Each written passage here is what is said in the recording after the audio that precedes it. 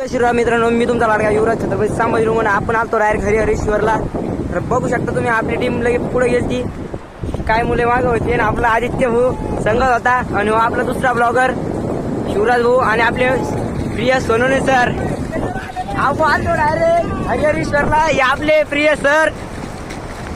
समुद्र बघू शकता तुम्ही कसा खवळलेला आहे.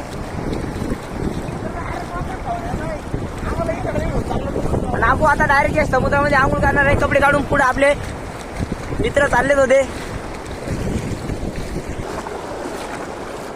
हे बघू शकता तुम्ही मीठ कसं वाहत आहे.